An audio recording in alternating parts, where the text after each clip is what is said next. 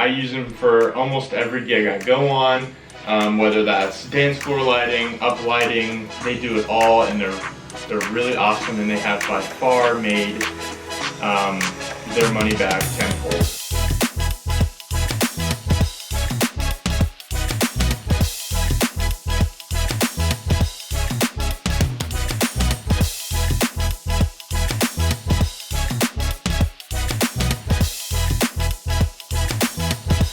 Alright, what's up YouTube? I know I posted later, or let's redo that. What's up YouTube? Back with another video. Today we're going to be doing a video that has been heavily requested. I think I saw one person request it, so we're going to go ahead and make the video. This video is going to be about my gear. This isn't going to be a full gear vlog. I'm going to be doing the gear that I bought in my beginning years. So if you guys want to be a beginner DJ and you want to get into the business, this will kind of show you the path I took and all the equipment I bought, and I will tell you if it was worth it or not, if it still works, if it's broken. I'll do all that. So with that being said, let's get you put on the tripod and we're going to start going through some gear. Alright, so to start us out on this list, we got to start out with the mixer. What got me into DJing? What did I put the most hours on in the beginning? And it's going to be the Numark iDJ Pro. Now, for beginner DJs, this thing was probably one of the best mixers you could get. It's very versatile. So you have your iPad here. And it slides in and it plugs in through the top here, and you just downloaded songs off iTunes and loaded it into the app. Eventually they came out with Spotify integration, so it was basically you just bought your premium Spotify and it worked right away. Now I'm gonna say for professional use at actual gigs, this board was a piece of crap. I noticed a lot of things started to go wrong when I started using it for live gigs. Number one, the tempo fader would just randomly jump 10 beats per minute. So it would go from 90 to 100, and then I'd have to fix it, put it back to normal. The faders for the music here for your channel is a knob. I did not like that. I wanted the physical fader. The cross fader here is mechanical, not the best. It squeaks, but you know, we can forgive those things. The decks were touch sensitive and they are pretty bad. I noticed when my hands would get cold, it wouldn't pick up or be very sensitive. With that being said, I needed some monitors. What am I going to mix this with? And believe it or not, in my beginning years, like couple months, this was my monitor. This is a orange, what is it, an Orange Crush. It's a bass amplifier. So as you can imagine, this is not the ideal PA speaker you would be using to mix music with. It sounded like crap, and my dad actually used it for his bass, so he was not very happy that I was using this and potentially going to, you know, blow it. Not much to be said here. I do not recommend you use this at all for any circumstance, whether that be live or in your bedroom. It's not clean. It's only meant to do one thing, and that's play bass. So yeah, let's move on to my next big buy. Alright, so next up on our list is the Alto TS112 or TS112. I can't remember what it's called off the top of my head. I don't have it with me. I bought one after the orange speaker there, and I'll kind of scoot over here. I'll put it right here with my magical editing abilities. This is the TS112. It's a top speaker, 12-inch driver, and you know, a high frequency, probably 1-inch compression horn. It was a really good speaker, and I cannot say anything about it for the price that it was. It is probably 5 years old right now, and it is still running hard. And the reason I don't have it with me right now is because it's out on a gig, and it was awesome. And I actually didn't buy speaker stands right out of the gate. I just bought the speaker. So I had my mixer and my speaker and a storage unit for a table that I just put a cloth over, and that's when I did my first gig. I got paid like 95 bucks, which is very generous. I did like, I want to say 2 or 3 months with just that setup right there, and I could not complain. For the price that those things were, I was golden. My next buy took a lot of convincing from my mom, or took a lot of convincing from me to my mom. I bought some Slim Pars. I believe these were 400 bucks at the time. It came in a case of 4 right here. Now, there's the light for you.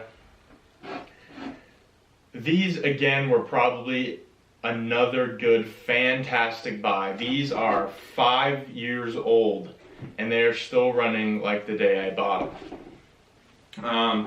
They're super easy to work, in and out DMX and an IC cable, and then you have your menu on the back. It's got sound sensitivity, RGB mixing. Again, I use them for almost every gig I go on. Whether that's dance floor lighting, up lighting, they do it all, and they're really awesome, and they have by far made their money back tenfold. It also came with, this package also came with the Obey 3. This is a simple 3-channel mixer. This operated the Chave Slim Pars fairly well. You got your RGB, and it had some preset colors you could pick. And it also had strobe. It also had strobe, blackout, and the manual RGB mode, and sound activated. So it was really easy board to use, and eventually we got bored of it and we bought something else, but we'll get into that later. So overall, with the Slim Pars, I highly recommend that beginner DJs get a good pair of Slim Pars to use, because they will last you forever. And I don't recommend you get the crappy China versions, because those will crap out on you, and they're not nearly as bright as these are. There's other brands, ADJ and Chave and American DJ. Did I say that? I said ADJ, which is American DJ. There's a whole bunch of brands out there. Those are the 2 main ones. They all have solid Slim Pars you can buy. And then after that, I went ahead and bought another Alto TS112, and that one is still in use to this day as well. It is currently at someone else's house being used, which is great. Again, now that I have 2 tops, I did a boatload more gigs with those. I believe they were 800 watt peak and 400 continuous. They were plenty loud for the size gigs that I was doing. Never really needed to rent speakers. I think I did maybe a couple times for a couple gigs that were a little bit out of my wheelhouse. Okay, now after that, where do we go? I think I bought the Alto TS112. Now, this speaker was a load of crap.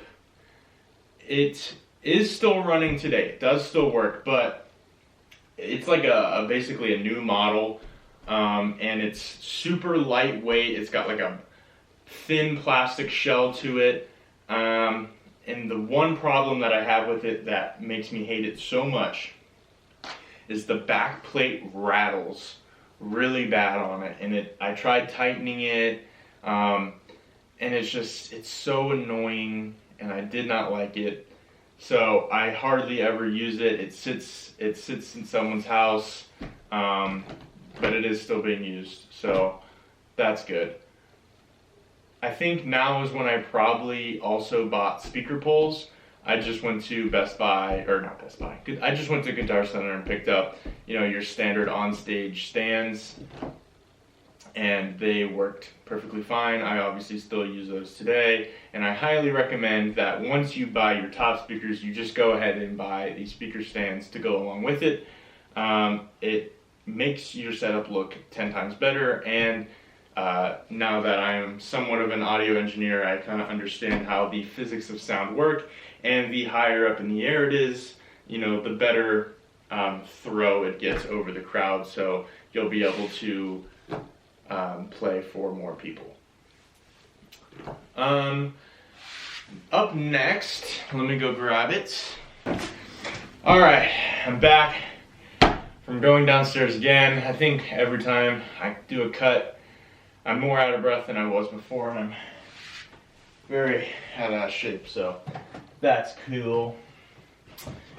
After we got, I believe this was actually before we bought the third Alto, but that's besides the point. We got a laser, put that right there for you, and along with the laser we bought a truss. I believe it's 10 or 15 feet long. This is half of it I have here. I didn't want to bring the whole thing up here. This thing still works. It's missing a lot of nuts and bolts, but we have managed to keep it together over the years. Just gonna go ahead and beautiful. And it worked perfectly great for what we needed. I hung the 4 pars, laser in the middle, and that's all I pretty much needed for it, and it works perfectly fine. Looking into getting a crank that has a metal truss on top so I can load it up with a little bit more weight. Now this is the dual Scorpion laser by Chave. This thing is pretty freaking cool, I will admit that.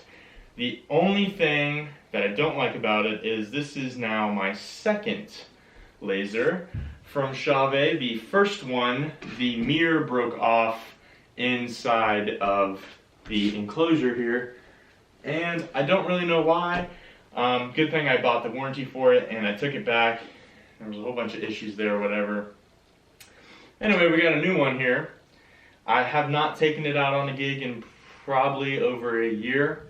It just doesn't really see the light of day very often. I don't take it out on many gigs that require lasers. It's not really in right now with the kids, but it's still really cool. I really enjoy it. Once you pair it with some fog machines, it does a really good job, and I'm not sure how much this retails for. I'll put it right here, but it was definitely worth it. I think it's a pretty cool fixture. If I were to look back and tell myself to buy it again or not, I probably would not buy this at a beginning DJ stage. I think I probably should have saved up some money and put it towards something else, because this fixture probably has made its money back, but probably not as quick as some other fixtures would have, such as the Slim Par. Buying probably 2 more Slim Pars instead of this probably would have been a better buy, in my opinion. Up next, I believe we have the Subwoofer. It's downstairs. I'm not going to carry it up the stairs, but I will take you guys down there right now. Alright, so we are in beautiful sunny Ohio. This is like one of our first nice days of spring. This is my subwoofer that I bought in my beginning years of DJing. This is the JBL 618S Eon, and it's 1000 watt peak, 500 watt continuous. I love this thing to death. It has easily made its money back. It's gone out on almost every single gig we do that's more than 100 people. It's super heavy duty. It's got plywood, metal grill. If you swing around back here, it's got 2 inputs, 2 throughputs. Is that the correct word? Throughput. You can do EQ, and it has, you can hook it up to your phone, I believe. I think I've only done that once, but yeah, you just hook it up to your phone. You can do EQ, and you can flip the polarity here. And this is like the boot and sync for the phone, so you can kick someone off or sync up your phone there. All right, so hopefully the wind isn't too bad. Overall, this sub was a great buy. I know a lot of DJs say that you should not buy beginner subs, and you should just go straight into buying a $1,500 sub. I disagree. There are a lot of really bad subs out there, but this one, you know, it's built by JBL, so it's built right. It has a limiter on it, so it won't kill itself, and it gets plenty loud for small gigs. And I recommend that you guys go ahead and pick up a JBL speaker if you're a beginner DJ. Obviously, if you can hold out, buy a $1,500 sub. They will last you way longer, and they are 10 times louder, and the wind is probably killing you right now. I recommend you buy the sub. Alright, and now that we're back up here, I want to show you a few more things before I wrap this video up. I got a buy here. This right here, the 15 watt Chinese moving head. Everyone's seen them on Amazon, everyone knows what I'm talking about. These are pieces of crap. I hardly ever take them out on any gigs, and if I do, you barely see them. They just do not do anything. I mean, you can see the little outlines on the wall, but if the lights are on, it's pretty crappy. I'm gonna just say that right now. I don't recommend anyone buy these, even for the price. What else about these things? They've got a little zoom on the bottom. They do have DMX control. It doesn't have daisy chainable power either, so that kind of sucks. You had to plug them in individually. And just overall, they're not very good. They have not broken yet, I will say that. So, well, I take that back. The screen is kind of cracked up front. I just now noticed that, so that's cool. Overall, I do not recommend you buy this fixture at all. It is a piece of crap. Let's move on to my other Chinese buy, and then I'll get into my lighting controller. Okay, so now that I'm back up the stairs, I actually had to go for the basement. What? Now that I'm back upstairs, I actually had to go to the basement to get this next one. So that's 2 flights of stairs. I was going to get my Chinese slim pars. I guess I don't have them. They're alright, so I actually went downstairs to go grab the Chinese versions of the slim par. And I did not see them. They're at Jack's house, and that's also where my Alto and other mixer is that I was going to mention here shortly. So I'm just going to put another picture here. These lights are not very bright, but they get the job done in the sense that I use them for accent lighting. So I put them under my scrims in my speakers. I put them behind my facade, and they give it that, you know, ambient lighting that makes it look real nice. And for that, I just put a power strip down there, and they work all great. They also The cons of those is they're not very bright. They don't have daisy chainable power. You can daisy chain DMX, but I do not DMX them. I just set them on a static color. And they're not very durable. They do break, but they're also very cheap, so you can replace them easily. To control all those lights, I bought the DMX Operator. This is a really cool way to control your lights. It's all physical buttons and faders. Let's see, you can control up to 12 fixtures independently. And I'm sure there's a way around that. You can add, if you do 3-channel lights like the Slim Pars, you can have, you know, multiple in each thing, whatever. I'm not going to go into that right now. This thing was pretty awesome. It let me do, you know, cool chases with my lights where they'd all be blue and you'd have one red dot bouncing back and forth between the 4 lights. I could also control the laser and where it went, what it did, and all the chases and scenes. So at the time, this was a really good buy. It was only like $100, and I do recommend that smaller DJs do get a way to control their lights. Now, if you do want to save up and get something like the DMX Bridge, to where it's on your iPad or iOS device, that might be a little bit smarter because that's the direction I'm moving. So it's $100 that it could save you. But for the time being, this is a really solid option to controlling your lights. And I'm sure there's a billion other different light boards just like this that do the exact same thing that are probably cheaper now. But yeah, I do recommend this is a good buy. For my effects, my haze, my fog, for my beginning years, I just used a regular old $30 Walmart fog machine. This thing is a trooper. I mean, it did what it needed to do. Now, looking back, it kind of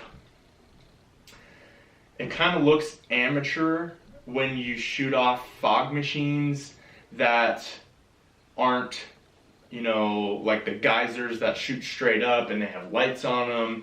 Those look really good, and that's like the only way I would use a fog machine now in my productions. Now I'm moving more towards haze. Haze is a much more professional way to get an atmosphere in your gigs. They don't typically set off fire alarms. They're a lot easier to breathe. Fog machines are just so dense, and I always have people complain that it's getting hard for them to breathe in the venue, and it just limits visibility in the direct path of the fog machine. I've also had kids come up and, believe it or not, they start vaping the fog machine. I don't know why this is a thing, but it happens at every single high school or, you know, middle school dance or party that I do. It's just a thing that they like to do. So you got to be wary of that. You don't want some kid to inhale your fog and get sick. That's a liability, and you don't want that. And looking back, when I did this in, you know, freshman year and 8th grade, I didn't know those things were possibilities, that I could get sued for doing something like that. And so now I don't typically take these fog machines out on gigs. If I do, it's because they have requested fog machines. Now it's pretty much all haze. But for the time being, $30 fog machine for atmosphere worked 100%. You don't have to go out and buy a Chauvet Hurricane that costs $100 and does the exact same thing. With those, you have a little bit faster reheat time and first initial heat up. These do take a while, but once you get them going, they work all the same. It is remote powered. I have another one downstairs that's remote powered and it has a button on the back. This one recently broke. I tried to fire it up the other day and it did not work. It just seemed to heat up, but the controller was not working, so maybe it just needs new batteries. Up next, I have my Newmark Mix Deck Quad. I believe that's what it's called. This mixer is also at Jack's house. And it was my mixer that came after my iDJ Pro. And this mixer was a little bit better than the iDJ Pro. The reason I bought it was because I wanted to switch from iPad to computer, and this mixer really enabled me to do that. It was a standalone mixer for 2 decks. It was capable of doing algorithm or iDJ Pro on iPad, computer, had CD players, and you could do flash drive. So I mean, this thing was like a mini CDJ in a controller form. So I bought that because I knew I wanted to switch over to laptop. And so the first couple of years I had it, I used it with my iPad, and then I switched to the laptop and it worked fine. The cons of that board were the jog wheels, again, were a little iffy when it came to the touch sensitivity. It didn't have a filter sweep knob, which I found out was like really weird. I'm like, this is missing something. So the cool thing about controllers are they're basically just MIDI boards, and you can remap any knob to any other knob that you would like. So I took, I think I took the bass knob on the EQ and I swapped it out for a filter sweep, which now looking back, I use the bass EQ all the time in my mixes. So that was just like a complete rookie move, so I could have that filter sweep transition. Every DJ knows it, every DJ uses it, and so that was the cons about that. And also the Newmarks, I just noticed that they don't last very long. They tend to start to crap out, and I just overall had a bad taste in my mouth from Newmark. I know they make some really good high-end controllers, but in my head, Pioneer was just the way I wanted to go. So basically, in the next video, I'm going to be doing the same thing as this, but I'm going to be doing it with the gear I use now. This is more professional gear, and gear that you would see most wedding DJs using now. So you guys will see that come up in about a week or so. I'm getting some new equipment in. I'm getting the Focus Spot 4Zs. So once those come in, I'll also be doing a review on those. Then I'll be doing the gear. And then we'll see where we go from there. Everyone's still quarantined right now, so that is cool. Alright, again, thank you guys for watching this video. I hope it kind of helped some of you beginner DJs maybe look at how you are going to buy gear. Just some overall constructive criticism for myself. I probably should not have bought the 4 pars before I bought the second speaker. When I started DJing, YouTube wasn't really big at the time. Well, it was ginormous. I will say that. It was ginormous. YouTube was big, but I didn't go to YouTube to look at DJ Rick Webb videos or DJ Bar videos that showed me how to do everything. So now I'm going on YouTube and I'm showing you guys what is probably the best path to take. Now this is my ideal path that I probably should have taken. Okay, boom, you got the iDJ Pro. That was given to me for free. Next, you get the Alto speaker. Probably should have gone with the 15-inch. That is usually a good place to start when you do not have a subwoofer. Up next, I probably would do another Alto speaker. Then after that, I would go for the 4 pars. After that, I would go with the truss. And then after that, I would go with, let me think. I would go with the subwoofer. If you can, try and get a decent subwoofer. In my other video, I did pro subs versus beginner subs. Go check that one out. So that'll kind of explain my thoughts on beginner subs and the sub I bought. I'm saying a lot. I probably do that in every video. I should start doing a counter, but I'm not gonna do it for this one because that would take too much time. There it is, okay. I can't stop saying So do that. It's probably the best bet. Now, I'm not saying this is the way, okay? You can do whatever you want, whatever you can. Now, even though you might have more money than most DJs, you know, you don't necessarily need to go buy the QSCs right away. You could still buy the bad gear, because the bad gear, I still use that every single like month. Like, it goes out on gigs, it brings in money still, and I don't have to risk putting out a $800 speaker when I can put out a $250 speaker that will do just as well at that small event. So keep in mind, you know, you don't always need the high-end stuff right away. I know when I was coming up as a DJ, it was always a race to get the next best thing. I always wanted to have new gear, and you know, that's really how it should be. You know, you need that drive and the will to want to, you know, keep DJing, and I found that gear was a fun way for me to sort of express myself and really get myself out there. So, you know, when you're buying gear, make sure you do lots of research on it. Make sure it's exactly what you need, and just, you know, have fun with it. Gear's fun. I know it is. And I love looking at it. I love watching videos about other gear and what I'm gonna buy next, and maybe what I should have bought. So yeah, get your mixer. Get your 2 PA speakers, probably should be 15s. If you can't do 15s, oh well, I did 12s and they work just as fine.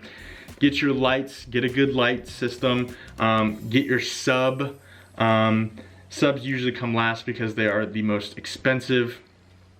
And get a nice truss that you're gonna use. DJs don't even use trusses. Sometimes they just pole mount them and that's what you use. So I wouldn't even blame you if you did that.